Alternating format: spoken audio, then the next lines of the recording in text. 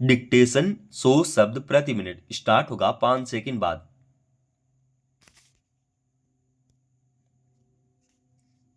Start.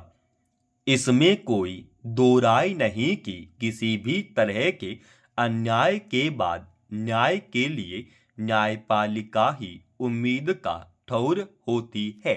अदालतों में बैठे न्यायाधीश यह सुनिश्चित करते हैं कि पीड़ित पक्ष के साथ इंसाफ हो, मगर कई बार ऐसे मामले भी चर्चा और चिंता का कारण बने हैं जिनमें महिलाओं के खिलाफ अपराधों से जुड़े मुकदमों में किसी जज की टिप्पणी या उनके फैसलों को न्याय की अवधारणा पर पूर्वाग्रह हावी होने के तौर पर देखा गया।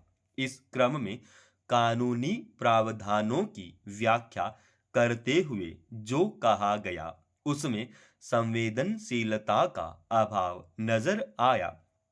शायद यही वजह है कि पिछले कुछ हफ्ते सुप्रीम कोर्ट को जजों के दृष्टिकोण में जरूरी संवेदनशीलता विकसित करने के लिए अलग से प्रयास करने पर जोर देना पड़ा।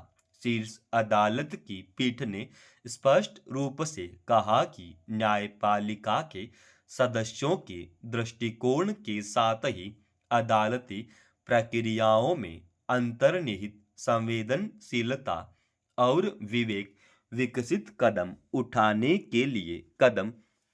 उठाने की जरूरत है। हालांकि समय समय पर शीर्ष अदालत की ओर से न्यायाधीशों के दृष्टिकोण पर रूढ़िवादी सोच हावी होने से उपजे सवालों से निपटने के लिए कदम उठाए गए हैं।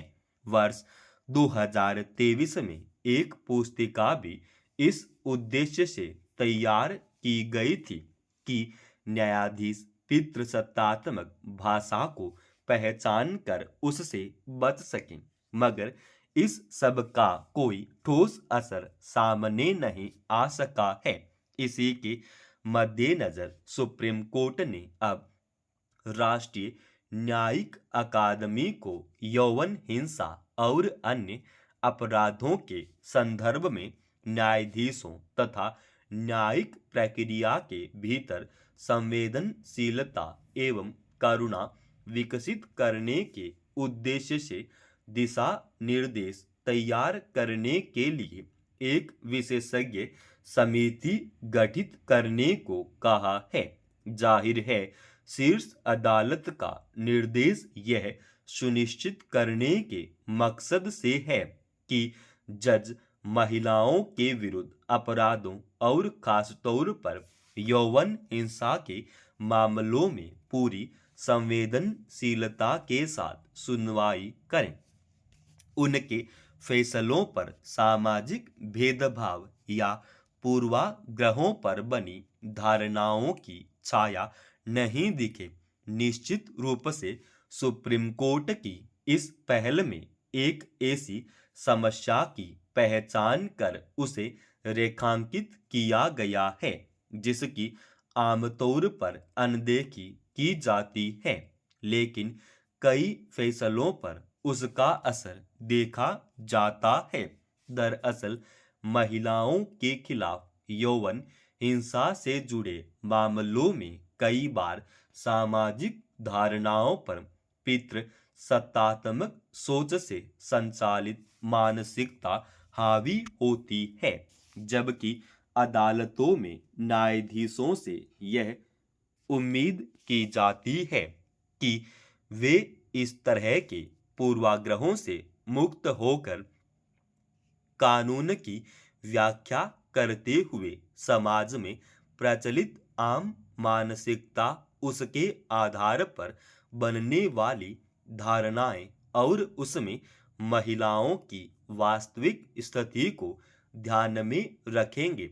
साथ ही वे मामले में फैसला देते हुए निरपेक्ष यह कर जरूरी संवेदनशीलता और करुणा का सहारा लेंगे। विडंबना यह है कि देश में निचली अदालतों में महिलाओं के खिलाफ होने वाले जघन्य अपराधों और बलात्कार के मामलों में भी कुछ जज सामाजिक हकीकतों की अनदेखी करते हुए कानून के प्रावधानों की व्याख्या इस तरह करते हैं कि उससे आरोप हल्के हो जाते हैं और पीड़ित महिला के न्याय पाने की राह ज्यादा मुश्किल हो जाती है।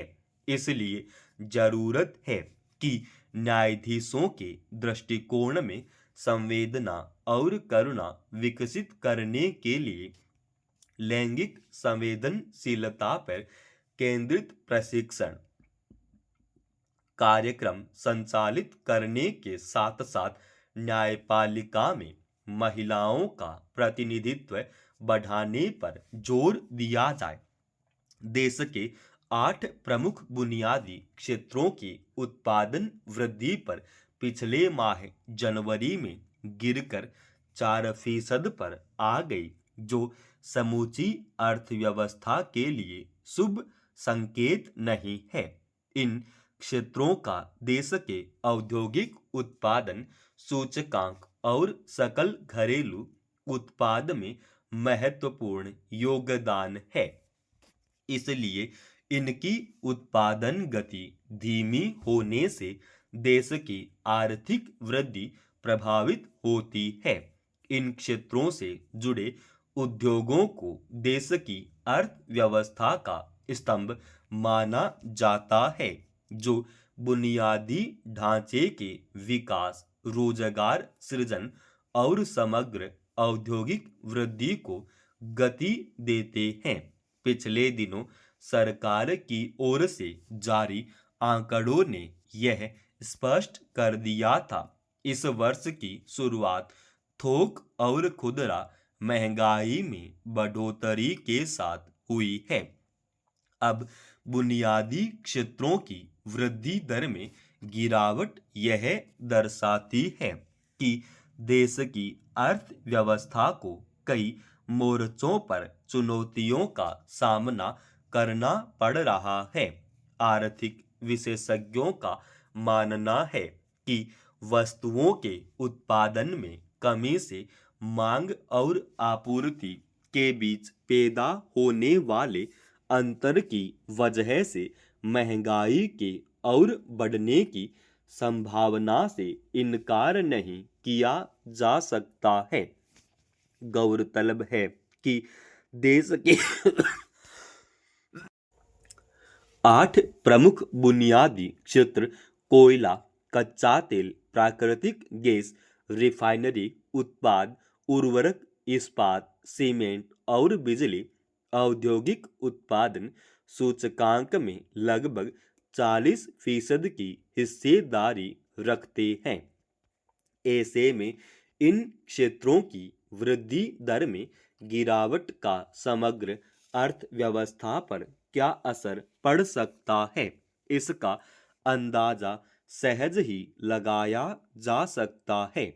सरकार की ओर से शुक्रवार को जारी आंकड़ों के मुताबिक जनवरी 2025 में बुनियादी क्षेत्रों की वृद्धि दर 5.1% और दिसंबर में 4.7% थी। मगर इस साल जनवरी में कच्चा तेल एवं प्राकृतिक गैस तथा कोयला एवं सीमेंट क्षेत्र के उत्पादन में गिरावट दर्ज की गई है। हालांकि उर्वरक, इस्पात और बिजली उत्पादन में यह थोड़ी वृद्धि ने स्थिति को और कमजोर होने से रोका है। यह विचित्र बात है कि एक ओर निर्यात के जरिए अर्थव्यवस्था को मजबूत करने के दावे किए जाते हैं, तो दूसरी तरफ बुनियादी क्षेत्रों में उत्पादन की गति धीमी पड़ती जा रही है। सरकार को चाहिए कि इन क्षेत्रों में चुनौतियों से निपटने के लिए कारगर कदम उठाए जाएं। समाप्त। दोस्तों, रोजाना ऐसे ही एडवांस डिक्टेशन के लिए चैनल को आप अभी सब्सक्राइब कीजिएगा और आज के इस डिक्टेशन का पीडीएफ फाइल हमने हमारे Telegram channel study with H पर डाल दिया है, जिसका लिंक इसी वीडियो के डिस्क्रिप्शन में डाल रखा है।